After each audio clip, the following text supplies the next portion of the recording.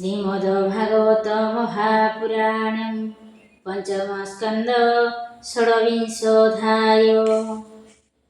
षड्विंशे नरक विधान जे पापे जेउ दंडवान। राजा परीक्षित उवाच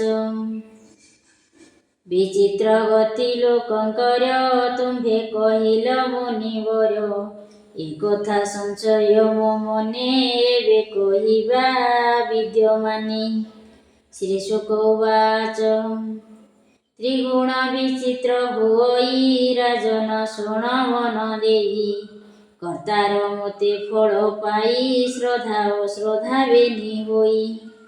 सकल गति सभिंकर तारतम्य हुए स्थिर। ए अनंतरे बेशुण निषिद्ध धर्म लक्षण। धर्म अधर्म बेनिमत श्रद्धा अश्रद्धा जे विदित। समान कर्म फल मान काहारी नुहई राजन। जेते अविद्या काम्य कर्म एहा लक्षण परिमाण।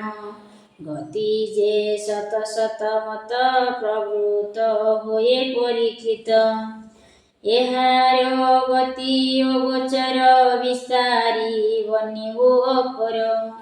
राजा परीक्षित उवाच भमुनि त्रिलोक बाहारे नरक किबा अंतराळे। किबा त्रिभुवन मध्यरे कहिबा सावधाने मोरे। श्रीशुक उवाच त्रिजगतर अंतराळ दक्षिण दिगे मोहिपाळ। भूमिर तले जल परे अग्नि स्वात शोभात हिरे। सकल पितृगण जेते सुगोत्र कल्याण निमंते। जहि बसंती हे राजन तहि अंतक भगवान। अंते जीवकु से नियंती जमपुर रे दंड देती। दोष जे कर्म अनुसरी जे प्राणी जाहा थाई करी। भगवत आज्ञा लंघिण विपथे जे करे गमन। ताहाकु नेई दंडधर दंड जे दियंती अपार। एक विसंती परोकारे नरके अछंती जहिरे। एहा रूप नाम लक्षण कहिबा शुण हे राजन। अंधकूप जे अशीपत्र शुकर मुख कालसूत्र। गौरव महाजे नरक अंधता मिश्र कुंभीपाक। तामिश्र जे कुर्मी भोजना संदासा सप्त सूर्मी नाम। वज्र कंडक शालमल वैतरणी महिपाल। प्राणरोध जे विशोषण सुयोद सार बेदनम। लालाभक्ष जे अयपान बीची अपरे राजन। षोलप्रोत खार कर्धम जे बारोक्ष गण भोजन। अबट निरोधन आरो दंड शुक नामे अपर। शुचि मुख प्रत्यावर्तन अष्टाविंशति एहु नाम। ए जे नरक महिपाल विविध जातनार स्थल। पर स्त्री अपत्य धन जे प्राणी करई हरण। से काल पासे बंदी होई जमर पुरे दुख पाई। तामिश्र नरके पड़ई नाना जातना से भुंजई। क्षुधा पिपासारे पीड़ित होई से दंडरे ताड़ित। नाना तर्जना जे प्रहार जेते जातना भयंकर। परम कष्ट पाई तहि क्षण क्षण के मोह पाई। अंधता मिश्रे ए प्रकारे जातना प्राणी भोग करे।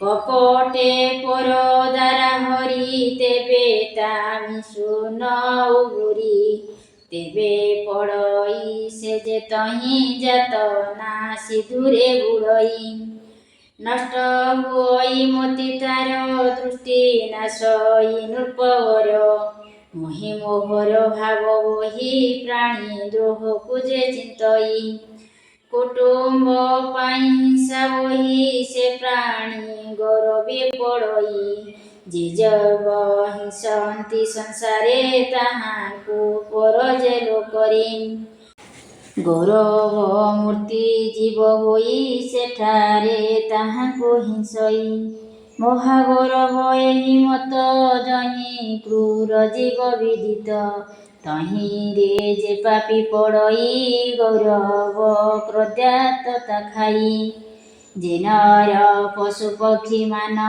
ପ୍ରାଣ ଥାଉ କରେ ରନ୍ଧନ ରାକ୍ଷାସୁ ବଳି ସେହି ହୋଇ କୁମ୍ଭୀ ପାକରେ ସେ ପଡ଼ଇ ତପତ ତୈଳେ ତାର ରନ୍ଧନ ହୁଅଇ ଶରୀର କାଳସୂତ୍ର ନରକ ନାମ ବିସ୍ତାର ୟୁତ ଯୋଜନ ତାମ୍ରମୟ ଯେ ଭୂମି ତାର ଉପରେ ଥାଇ ଯେ ଭାସ୍କର ଅଧଭାଗରେ ଅଗ୍ନି ଥାଇ ଏମନ୍ତ ନରକେ ଅଟଇ ଯେ ନର ବ୍ରହ୍ମ ହତ୍ୟା କରେ ସେ ତହିଁ ପଡ଼ଇ ନିର୍ଭରେ ତପତ ସୁବର୍ଣ୍ଣ ଫୁଟଇ ତହିଁ ସେ ଦଗଧ ହୁଅଇ କ୍ଷଣକେ ଉଠଇ ଲୋଟଇ ବସଇ ବ୍ୟାକୁଳେ ଥାମଇ କ୍ଷୁଧାତୃଷାରେ ପୀଡ୍ୟମାନ କ୍ଷଣକେ ହୁଏ ଅଚେତନ ପଶୁର ଦେହେ ରୋମ ଯେତେ ସହସ୍ର ବରଷ ଯାବତେ ଅତ୍ୟନ୍ତ ଯାତନା ଭୁଞ୍ଜଇ ଯେ ପ୍ରାଣୀ ତହିଁ ପଡ଼ିଥାଇ ଯେ ନିଜ ଧର୍ମ କର୍ମ ଛାଡ଼ି ବେଦ ଆଜ୍ଞାକୁ ନିନ୍ଦେ ଉଡ଼ି ପାଷାଣ୍ଡ ବୋଲି ତାଙ୍କୁ କହି ଅସି ପତ୍ରରେ ସେ ପଡ଼ଇ ଲୋଭ ମୁଦ୍ଗରତା ଉପରେ ପ୍ରହାର କରନ୍ତି ନିର୍ଭରେ ଓଦୋଷେ ଦଣ୍ଡତି ଯେ ନରେ ପାପ ଭୁଞ୍ଜନ୍ତି ତମ ଘୋରେ ଅତ୍ୟନ୍ତ ପାପ ରାଶି ବହି ଶୁକର ମୁଖେ ସେ ପଡ଼ଇ ତହିଁରେ ପୁରାଇ ନିର୍ଭରେ ନାନା ଆୟୁଧର ପ୍ରହାରେ ଇକ୍ଷୁଦଣ୍ଡର ପ୍ରାୟ କରି ତାଙ୍କୁ ପେଶନ୍ତି ଦଣ୍ଡଧାରୀ ଅତ୍ୟନ୍ତ କଣ୍ଠକୁ ଯେ ପାଇ କ୍ଷଣ କ୍ଷଣକେ ମୋହ ଯାଇ ଏ ଯେ ସଂସାରେ ନର ଦେହି କ୍ଷୁଦ୍ର ପ୍ରାଣୀକୁ ପୀଡ଼ା ଦେଇ ହିଂସଇ ଜ୍ଞାନହୀନ ମତେ ସନ୍ତାପ ଲୋଭଇ ଯେ ମତେ ସେ ପ୍ରାଣୀ ପରଲୋକେ ଯାଇ ଅନ୍ଧକୂପରେ ପଡ଼ିଥାଇ ସେ ଗ୍ରାସେ ନ ବାଣ୍ଟି ଭୁଞ୍ଜଇ ବାୟସ ତୁଲେ ତାଙ୍କୁ କହି ନରକ ଯେ କୃମି ଭୋଜନ ନରକ ମାନକେ ଅଧମ ଶତ ସହସ୍ର ଯେ ଯୋଜନ ସେ କୂର୍ମି କୁଣ୍ଡ ପରିମାଣ ତହିଁ ପଡ଼ଇ ସେ ହୁନର ଉଗ୍ର ଯାତନାର ଯେ ଘୋର କୂର୍ମୀକୁ ଭକ୍ଷଇ ଯେ ଜନ ତାଙ୍କୁ ଭକ୍ଷନ୍ତି କୂର୍ମୀମାନ ଯାବତ କର୍ମ କ୍ଷୟ ନୁହେଁ ତାବତ ଯହିଁ ସେହୁ ରହେ ବିପ୍ରର ଦ୍ରବ୍ୟ ଯେ ହରଇ ସନ୍ଦ ସେ ପୀଡ଼ା ସେ ଲୋଭଇ ଅଗମ୍ୟା ସ୍ତ୍ରୀ ଯେ ରମଇ ସପ୍ତ ଶୂର୍ମୀରେ ସେ ପଡ଼ଇ ନାରୀ ବା ଅଗମ୍ୟ ପୁରୁଷେ ଚିତ୍ତ ବୋଳାଇ ରତି ଆସେ ତପତ ଲୋହ ମୂର୍ତ୍ତିମାନ ତାଙ୍କୁ କରାନ୍ତି ଆଲିଙ୍ଗନ ପୁରୁଷ ରୂପ ସ୍ତ୍ରୀଠାରେ ସ୍ତ୍ରୀର ପୁରୁଷ ବ୍ୟବହାରେ ଅଗମ୍ୟ ପଶ୍ୱାଦି ଗମନ କରଇ ପାଷଣ୍ଡ ଯେ ଜନ ବଜ୍ରକଣ୍ଟକ ଶାଲ୍ୱଳୀରେ ଆରୋହ କରନ୍ତି ତାହାରେ ଯେ ରାଜପୁରୁଷ ପର କରନ୍ତି ଧର୍ମ ସେତୁ ଦୂର ଧର୍ମ ଆଚରେ ଯେ ହୁନର ତାଙ୍କୁ ହିଂସନ୍ତି ଯେ ପାମର। ସେ ଅନ୍ତେ ବୈତରଣୀରେ ପାପିଷ୍ଟେ ପଡ଼ନ୍ତି ନିର୍ଭରେ। ନିର୍ଭୟ ପରୀକ୍ଷା ଯାହାର ଏମନ୍ତେ ଯେଉଁ ନଦୀବର।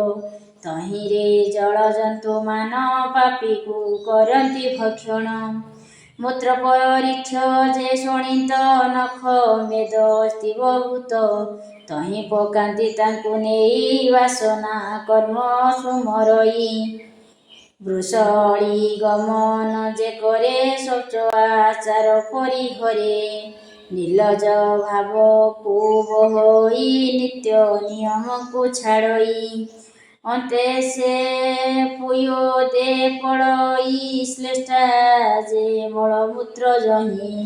ଅତି ବିବତ୍ସ ଯେ ଭଜନ ତାହାଙ୍କୁ ଭଞ୍ଜଇ ଯେ ଜନ। ମୃଗୟା ବିହାରେ ଯେ ନର ପ୍ରବୃତ୍ତ ହୁଏ ବାରମ୍ବାର। ମୃଗାଦି ବାଳ ପଶୁମାନ ବହୁତ ମାରନ୍ତି ରାଜନ।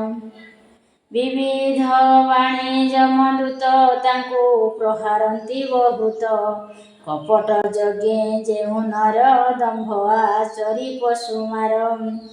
ସେ ଲୋକ ବିଶୋଷଣ ନାମେ ନରକେ ପଡ଼ନ୍ତି ସେମାନେ। ପତ୍ନୀ କି ରେତକୁ ପିଆଇ ଯେ ବିପ୍ର କାମବଶ ହୋଇ। ଅମୃତ ଯେ ରତ କୁଲ୍ୟାରେ ରେତକୁ ପିଆନ୍ତି ତାହାରେ। ଯେ ନର ଗୃହେ ଅଗ୍ନି ଦେଇ କପଟେ ଗରଳ ଭୁଞ୍ଜାଇ। ସେ ପରଲୋକ ଯେବେ ଥାଇ ବିବିଧ ଯାତନା ଭୁଞ୍ଜଇ। ଉଗ୍ର ଦଶନ ଶ୍ୱାନ ସତ ତାଙ୍କୁ ଭୁଞ୍ଜାତି ଅବିରତ। ସାକ୍ଷ୍ୟରେ ମିଥ୍ୟା ଯେ କରଇ ଅବିଚି ନରକେ ପଡ଼ଇ। ଅଧକୁ ଐତାଶିର ନରକ ଭୁଞ୍ଜଇ ପାମର। ଯାହାର ଶ୍ରେଷ୍ଠ ଯେଉଁ ଜନ ଯେ ତାଙ୍କୁ ନ କରେ ବନ୍ଦନ। ଖାର କର୍ଦ୍ଦମ ଯେ ପଡ଼ଇ ବହୁତ ଯାତନା ଭୁଞ୍ଜଇ। ଯେ ପ୍ରାଣୀ ନରମେଧ କରେ ଦେବତା ସନ୍ତୋଷ ପ୍ରକାରେ। ସ୍ତ୍ରୀ ବାଳକ ପଶୁ ମାରେ ଡାକିନୀ ଆଦି ରୂପ ଧରେ। ସେହି ବାଳକ ପଶୁମାନେ ପ୍ରବେଶି ଯମର ସଦନେ। ରାକ୍ଷସ ରୂପକୁ ଆଚରି ଶୋଣିତ ପିବନ୍ତି ତାହାରି। ସେ ସ୍ତ୍ରୀ ପୁରୁଷ ରକତ ଖାଇ ହୁଅନ୍ତି ମଦେ ମତ୍ତ। ନାଚନ୍ତି ଗାୟନ୍ତି ହରଷେ ଯେମନ୍ତ ରାକ୍ଷସ ପୁରୁଷେ। ବିବିଧ ରଜୁର ପ୍ରକାରେ ଯେ ନର ଗ୍ରାମ୍ୟ ଅରଣ୍ୟରେ। ବିଶ୍ୱାସୀ ପଶୁକୁ ମାରଇ ସେ ନର ନରକେ ପଡ଼ଇ।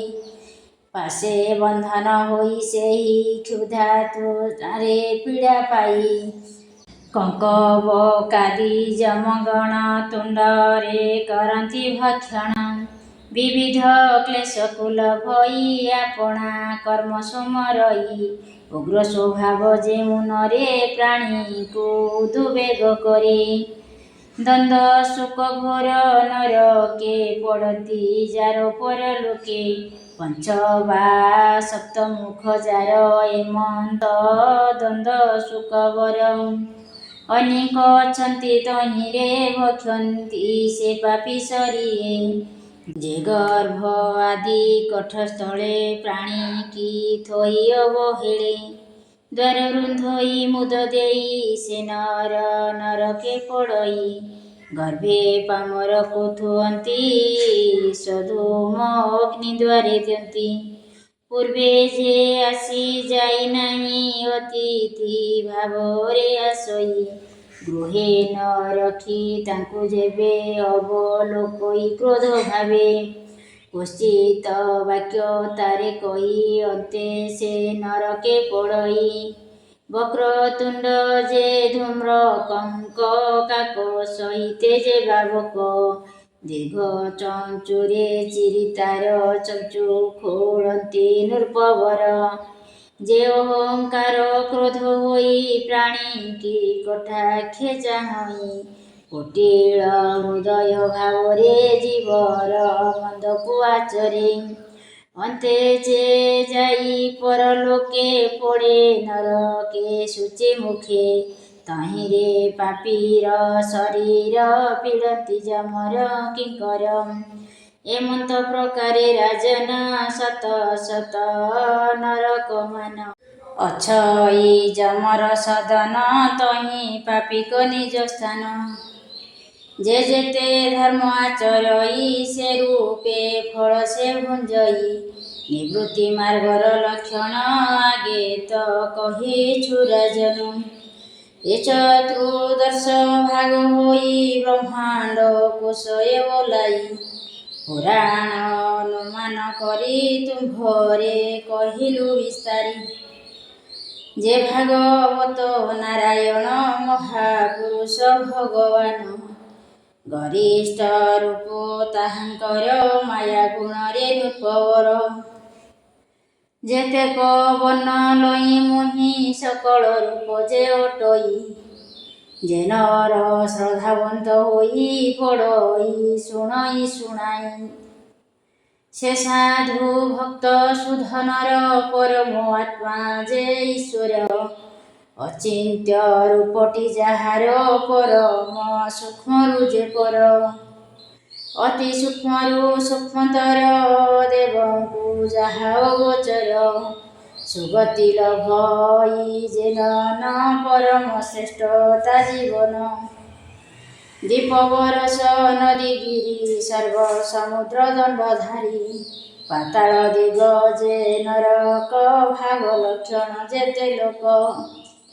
ଈଶ୍ୱର ସ୍ଥୂଳ ଯେ ଶରୀର ଆଶ୍ରୟ ସକଳ ଜୀବର। ଏ ସର୍ବ ବିଭାଗ ପ୍ରକାରେ ଭନୁରୂପ କହିଲୁ ତୁମ୍ଭରେ। କହଇ ଜଗନ୍ନାଥ ଦାସ ପଞ୍ଚମ ସ୍କନ୍ଧେ ସୁଧାରସ। ସାଦରେ ପ୍ରିୟ ସାଧୁ ପ୍ରାଣୀ ତରିବ ଭବ ତରଙ୍ଗିଣୀ। ଏ ଯେ ସଂସାର ସିନ୍ଧୁ ଘର ଦୁଷ୍ଟ ଜନରେ ଭୟଙ୍କର। ପାଦ ପଲ୍ଲବ ଯୁଗ ଧରି ସୁଖେ ତରିବ ଭବ ବାରି। ତା ବିନୁ ଅନ୍ୟ ଗତି ନାହିଁ ସୁଜନେ ଚିତ୍ତ ଭାବଗ୍ରାହୀ।